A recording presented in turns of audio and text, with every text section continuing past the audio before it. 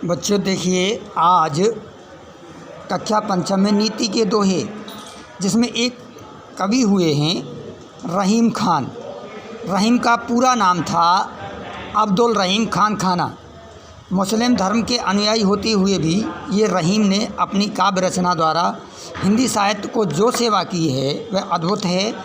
इसकी रचनाएं रहीम दोहावली, पंचाध्यायी, नायिका भेद तथा फुटकर कविता आदि हैं। इसके माध्यम से हमें इस प्रकार के दोहे मिलते हैं जो समाज में अपना अनूठा स्थान रखते हैं। उनके दोहों से हमें बहुत ही अनूठी बहुत ही अच्छी शिक्षा मिलती है। जैसा कि इस दोहे में बताया गया है कि जो रहीम उत्तम प्रकृति का कर सकत कुसंग, चंदन विष व्यापत नहीं लपटे रहत भुजंग। अर्थात हमें रहीमदास जी कहते हैं कि जिन व्यक्तियों की अच्छी प्रकृति होती है, अच्छी संगति होती है, उनको कुसंग का कोई असर नहीं पड़ता, अर्थात बुरी संगति का उन पर कोई प्रभाव नहीं पड़ता। जिस प्रकार से चंदन के वृक्ष पर यदि कितने भी सर्प लपटे रहें लेकिन उस पर उन विष का कोई असर नहीं होता। इसीलिए इससे हमें शिक्षा मिलती है कि हमें अच्छी शिक्षा का अनुसरण करना चाहिए। रहीमन धागा प्रेम का मत तोड़ो चटकाए, टूटे ते फिर ना जुड़े, जुड़े गांठ पड़ जाए।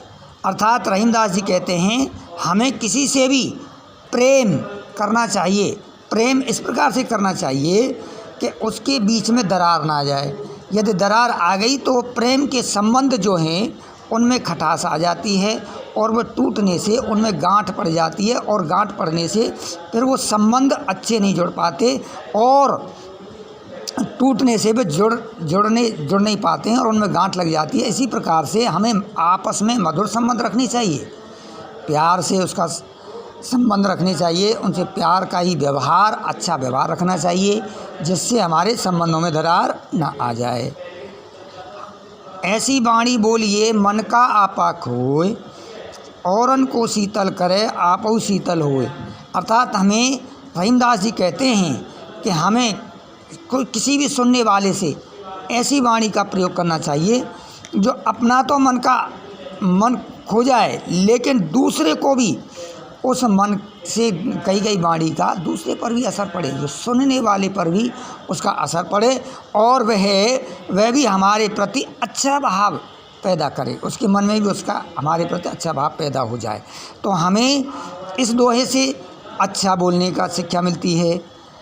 अच्छा, अब आता है, देखिए, माली आवत देख के कलियन करी पुकार, फूले फूले चुन लिए काले हमारी बार।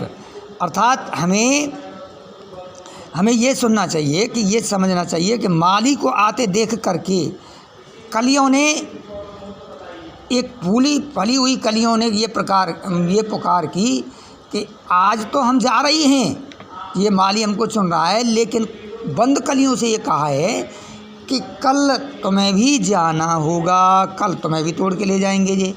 तो इसीलिए हमें भी, जैसे किसी प्रकार की कोई व्यक्ति की मृत्यु होती है तो उनमें हमें उस पर आश्चर्य नहीं करना चाहिए, कल हमें भी जाना है।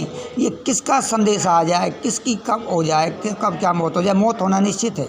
तो इससे ये शिक्षा मिलती है कि हमें कभी भी अमर सदा रहने की नहीं रह सकते, इससे हमें एक दिन जाना ही होगा।